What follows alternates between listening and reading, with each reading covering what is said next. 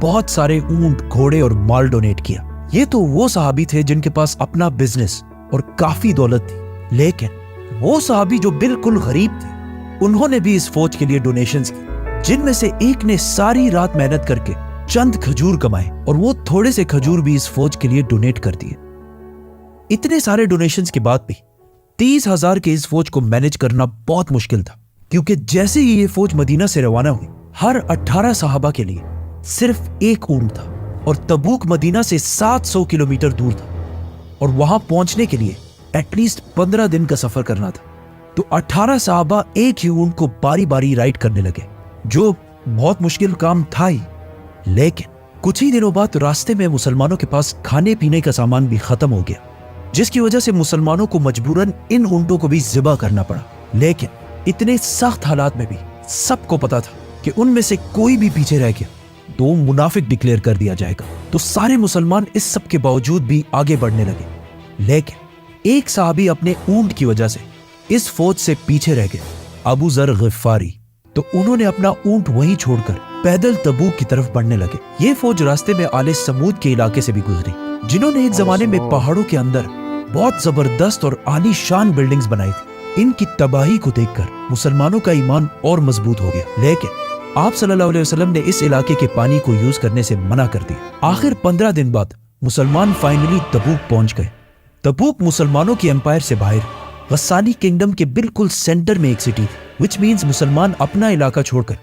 دشمن کے علاقے کے بالکل سینٹر تک پہنچ گئے، اور وہاں پہنچتے ہی مسلمان رومن امپائر سے لڑنے کے لیے بالکل تیار ہو گئے اور صفوں میں کھڑے ہو گئے۔ لیکن کافی ٹائم انتظار کرنے کے بعد بھی نتھنگ، بالکل خاموشی، اور کوئی بھی مسلمانوں سے لڑنے کے لیے نہیں آیا۔ اب یہاں پر کچھ کنفیوژن ہے۔ کچھ سکولرز کہتے ہیں کہ رومنز مسلمانوں کی اتنی بڑی فوج دیکھ کر ڈر گئے اور جنگ سے پہلے ہی ان کی فوج ادھر ادھر بکھر گئی، کیونکہ مسلمان اس سے پہلے ہر جنگ میں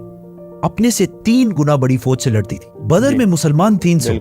اور دشمن 1000، احد میں مسلمان 1000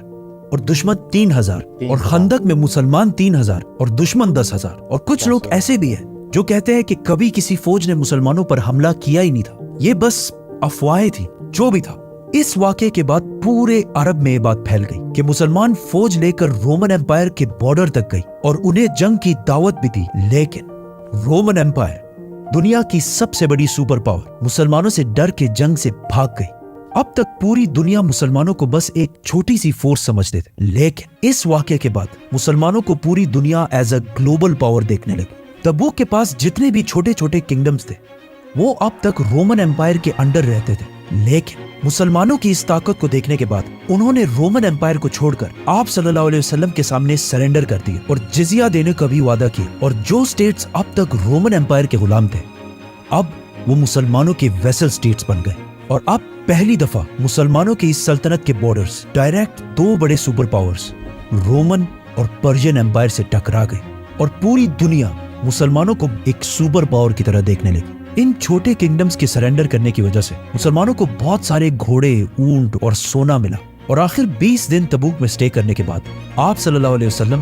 اور یہ 30,000 کا لشکر واپس مدینہ پہنچے، جہاں ان کو بہت زبردست طریقے سے ویلکم کیا گیا، کیونکہ جو فائدہ مسلمانوں کو رومن سے جنگ کے بعد حاصل ہونا تھا وہ بغیر کسی جنگ کے مسلمانوں کو مل گیا، اور مسلمانوں کے درمیان جو ٹریٹرز، منافقین تھے وہ بھی سارے مسلمانوں کے سامنے آ گئے۔ مدینہ پہنچنے کے بعد باقی سارے عرب قبیلے بھی اسلام قبول کر کے اس امپائر میں شامل ہو گئے، اور پورا عرب بت پرستی، آئیڈولٹری کو چھوڑ کر ایک ہی اللہ کی طرف آنے لگا۔ لیکن اس کے ساتھ ہی رسول اللہ صلی اللہ علیہ وسلم کا اس دنیا میں مشن کمپلیٹ ہو گیا، کیونکہ یہ جنگ تبوک رسول اللہ صلی اللہ علیہ وسلم کی زندگی کی آخری جنگ، کیونکہ اس کے کچھ ہی سال بعد آپ صلی اللہ علیہ وسلم کی زندگی کا آخری دن ہے۔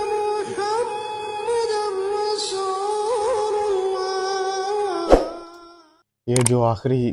چیز ہے نا، جب یہاں قسم سے اندر آنکھوں میں آنسو آ جاتے ہیں اور گوز بمپ آ جاتے ہیں، تو یہ بہت ٹچنگ ہے، یہ بہت زیادہ ایک درد بڑی چیز ہے کہ جب آپ صلی اللہ علیہ وسلم اس دنیا سے چلے گئے۔ باقی اس سے کمال ویڈیو، اور یہ میرا فیورٹ چینل ہے یوٹیوب پہ، اس لیے میں اس کی ویڈیوز لگائی ہے اور آگے بھی لگاتا رہوں گا، کیونکہ اس طرح سمجھانا بالکل ایسے، یہ میں نے آج سے پہلے کبھی نہیں دیکھا۔ اور سب سے بڑی بات، ہمیں پتہ تھا جنگیں، یہ والی جنگوں کا واقعہ بھی سنے ہوئے ہیں، حضور پاک صلی اللہ علیہ وسلم کی زندگی کے اور سب کچھ بھی، لیکن اس طرح ہمیں کبھی ہم سمجھ نہیں پائے، خاص طور پر میں تو کبھی نہیں سمجھ پایا، لیکن اس لیے یہ زبردست ہے۔ اور چینل کو سبسکرائب کریں تاکہ آگے آنے والی بھی ویڈیو اس چینل کی آپ دیکھ سکیں، اور کمال ہے، اور آپ کو بھی نالج ہو۔ ہمیشہ انٹرنیٹ پہ بیٹھ کے ٹائم ویسٹ نہ کریں، نالج والی چیزیں دیکھا کریں۔ ملتے ہیں۔